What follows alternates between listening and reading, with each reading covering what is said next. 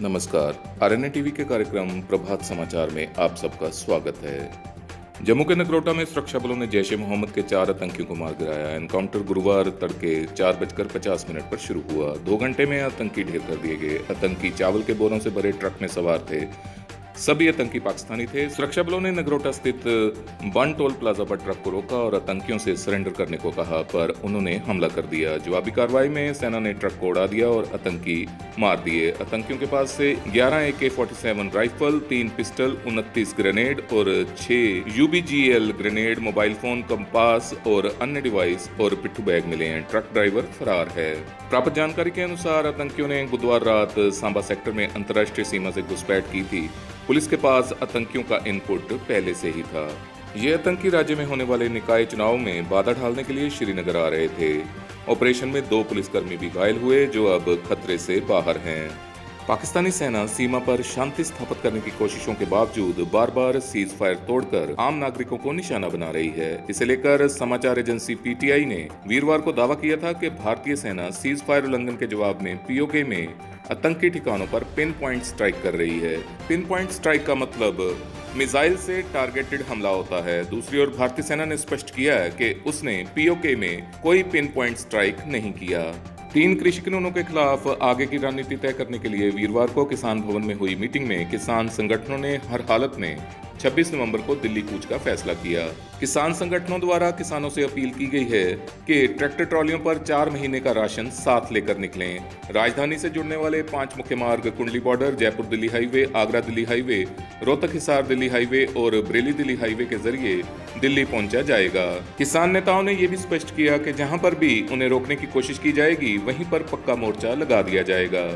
Meeting में all India किसान संघर्ष coordination committee member Yogendra Yadav, BS Rajewal व गुरनाम सिंह चढ़ूनी की अगुवाई में किसान फोरम और ऑल इंडिया किसान महासंघ नेताओं ने हिस्सा लिया। दिल्ली चलो का आह्वान करने वाले किसान संगठनों में अखिल भारतीय किसान संघर्ष समन्वय समिति, राष्ट्रीय किसान महासंघ और भारतीय किसान यूनियन चढ़ूनी और भारतीय किसान यूनियन राजेवाल सहित देश के अनेक अन्य किसान संगठन शामिल हैं। दावा किया जा रहा है कि देश भर से करीब 500 किसान संगठन अपने सदस्यों के साथ दिल्ली पहुंचेंगे। इधर सर्वोच्च अदालत में केंद्र के नए कृषि कानूनों के खिलाफ खारिज की गई जनहित याचिका वीरवार को बहाल कर दी गई। अब इस पर फिर से कार्रवाई होगी। वकील मनोहर लाल शर्मा की याचिका चीफ जस्टिस की अध्यक्षता वाली पीठ ने 12 अक्टूबर को खारिज कर दी थी। अदालत ने शर्मा से कहा था कि आप हाईकोर्ट जाइए, लेकिन वीरवार को सुनवाई के दौरान शर्मा ने दावा किया कि पिछली तारीख पर वे अपनी दलीलें नहीं रख पाए थे। इसके बाद बेंच ने कहा कि हम आपकी याचिका बहाल कर रहे हैं। इस पर अगली सुनवाई 2 हफ्ते बाद करेंगे। पंजाब मुख्यमंत्री कैप्टन अमरिंदर सिंह के बेटे रणिंदर सिंह वीरवार को ED के समक्ष पेश हुए। विदेशी मुद्रा प्रबंधन अधिनियम के उल्लंघन में तीसरी बार समन मिलने के बाद वे सुबह 11:05 पर पंसब के चेयरमैन तजिंदर सिंह बिट्टू के साथ ED के दफ्तर में पहुंचे। उनसे 6 घंटे तक पूछताछ की गई। पूछताछ के बाद मीडिया के सवालों का जवाब देते हुए उन्होंने कहा कि ED ने जो दस्तावेज मांगे थे वे उन्हें दे दिए गए हैं और अगर ED उनको दोबारा बुलाएगी तो वो आने के लिए तैयार हैं।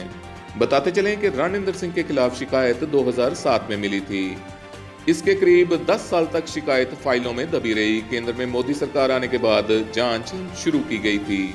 पंजाब में कोरोना संक्रमण एक बार फिर से बढ़ रहा है। बीते 1 सप्ताह से संक्रमित मरीजों की संख्या में इजाफा हो रहा है। सूबे में 1 नवंबर से 19 नवंबर तक 10,500 के करीब नए केस सामने आए हैं। देश में एक्टिव मरीजों की अनुपात जहां 4.94 है, वहीं पंजाब में 4.29% है। दिवाली से महज 1 दिन पहले ही सूबे में 790 नए केस आए थे। बताया जा रहा है कि ठंड का कोरोना के बढ़ रहे केसों के साथ कोई भी लेन देन नहीं है, लेकिन ठंड में लोग घरों के खिड़की दरवाजे बंद रखते हैं, जिससे वायरस के स्प्रेड होने का खतरा बढ़ जाता है। त्योहारों के दिनों में मार्केट व भीड़भाड़ वाले इलाकों में काफी लोगों ने प्रोटोकॉल का पालन नहीं किया। इसकी वजह से भी केसेस में इजाफा हो सकता है। ऑक्सफोर्ड यूनिवर्सिटी ने दावा किया है कि उसकी वैक्सीन 70 से अधिक उम्र के लोगों पर भी 99% तक कारगर हो रही है। यूनिवर्सिटी ये वैक्सीन एस्ट्राजेनेका नाम की कंपनी के साथ मिलकर बना रही है। इसका उत्पादन भारत में सीरम इंडिया द्वारा किया जा रहा है। यूनिवर्सिटी का ये दावा लैंसेट मैगजीन में प्रकाशित हुआ है। देश की तीनों दूरसंचार कंपनियां वोडा आइडिया, एयरटेल और रिलायंस जियो ने अपनी सेवाएं महंगी करने की तैयारी कर ली है। इंडस्ट्री एक्सपर्ट का कहना है कि ये बढ़ोतरी आने वाले महीनों में कभी भी हो सकती है। अनुमान है कि टैरिफ में 10 से 20% तक की वृद्धि हो सकती है। टेलीकॉम दरों में बढ़ोतरी के बावजूद भारत दुनिया में सबसे सस्ती दूरसंचार सेवा वाला देश बना रहेगा। आज फुटबॉल की इंडियन सुपर लीग की शुरुआत के साथ ही देश में खेलों की वापसी हो जाएगी। ये 8 महीने के बाद भारत में होने वाला पहला बड़ा टूर्नामेंट होगा। कोविड-19 महामारी के कारण मार्च के बाद खेल आयोजन बंद थे।